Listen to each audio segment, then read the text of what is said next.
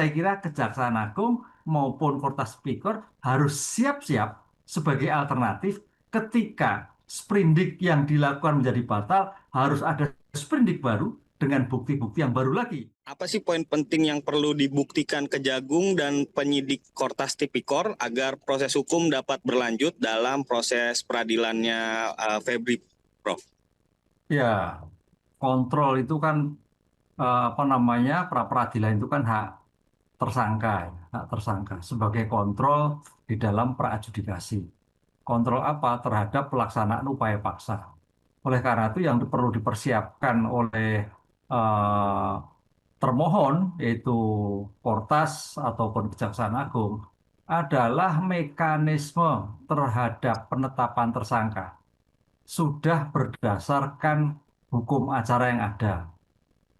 Kaitannya dengan Kortas Tipikor terhadap penetapan tersangka. Apa itu penetapan tersangka? Adalah seseorang yang karena diduga berdasarkan dua alat bukti yang cukup. Nah, disitulah saya kira Kortas Tipikor harus meletakkan bukti yang cukup terhadap penetapan tersangka.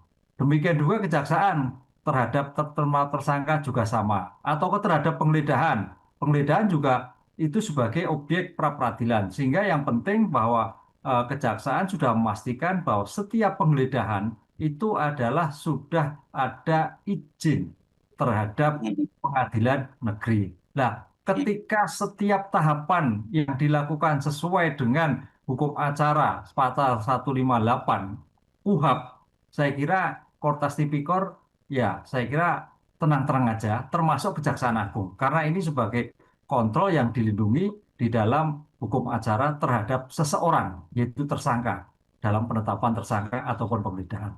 Begitu, Mas.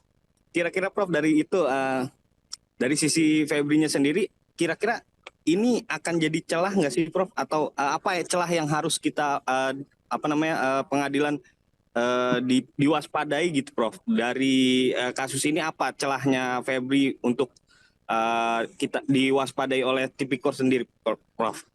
Ya, Pelapor. ya. Pra peradilan memang sebagai ajang juga celah ya. Kalau kita melihat kemarin di putusan apa namanya laporan KPK pun kan ada dua pra peradilan yang dikabulkan. Nah, itu mencakup tokoh-tokoh yang akhirnya dihentikan perkaranya. Di sini pun saya kira juga ada celah nanti ya. Celahnya adalah menurut saya perubahan dari KUHP lama 881 menjadi KUHP baru.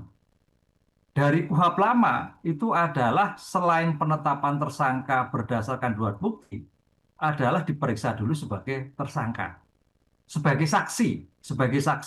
Ini sebagai kontrol terhadap putusan MK yang kemudian dikabulkan bahwa setiap pemeriksaan penetapan tersangka harus didahului sebagai saksi, sebagai bentuk akuntabilitas baru tersangka.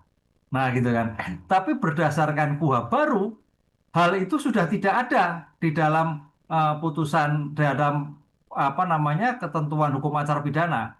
Lah, disitulah saya kira harus diwaspadai nanti hakim pengadilan apakah masih pada condong pada KUHP lama yang mensyaratkan adanya pemeriksaan sebagai saksi, apakah sudah pada KUHP baru? Kalau KUHP baru sudah tidak perlu. Kan itu. Karena kalau memang itu perlu, pasti syarat yang ditentukan dalam MK sebagai pemeriksaan saksi juga ditentukan di dalam KUHP, gitu Mas. Ini yang saya kira menjadikan suatu perdebatan nanti ketika penetapan tersangka, termasuk juga penggeledahan terhadap barang-barang tadi. Barang-barang itu kan dalam KUHP baru memang barang-barang yang disita itu termasuk adalah barang yang terkait dengan tindak pidana. Sehingga barang yang tidak terkait dengan tindak pidana tidak bisa dilakukan suatu penyitaan. Kan itu. Apa itu barang? Alat digunakan untuk pidana.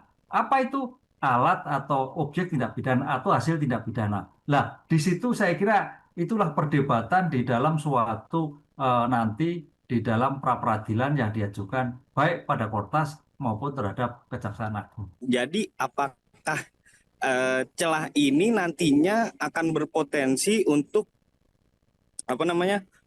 digunakan sebagai skenario untuk menghentikan penyidikan kasus atau perkara pokok, Prof? Ya, dalam hal berbagai putusan yang sudah dilakukan pra peradilan, bisa menghentikan, bisa jadi. Kan banyak di KPK sudah banyak, di kepolisian juga ada kan menghentikan. Karena ketika pra peradilan dikabulkan, maka pokok perkara berhenti. Nah, oleh karena itu dalam seperti ini, Kortas ataupun Kejaksaan Agung harus siap-siap terhadap bukti-bukti lain lagi. Artinya, kejaksaan maupun Kortas harus menyiapkan bukti-bukti alternatif.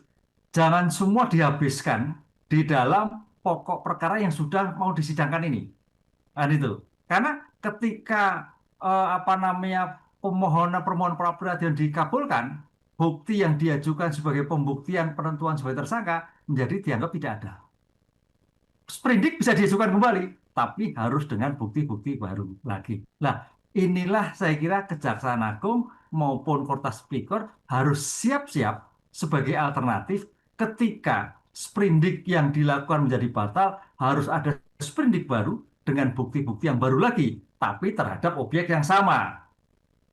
Gitu itu Mas Agus. Ini memang suatu yang perlu diwaspadai karena dalam praktek sekarang ini ketika seseorang dinyatakan pra peradilan diterima, APH sulit untuk mengajukan kembali karena bukti sudah dihabiskan di dalam pokok perkara yang sedang diperiksa tadi. Gitu.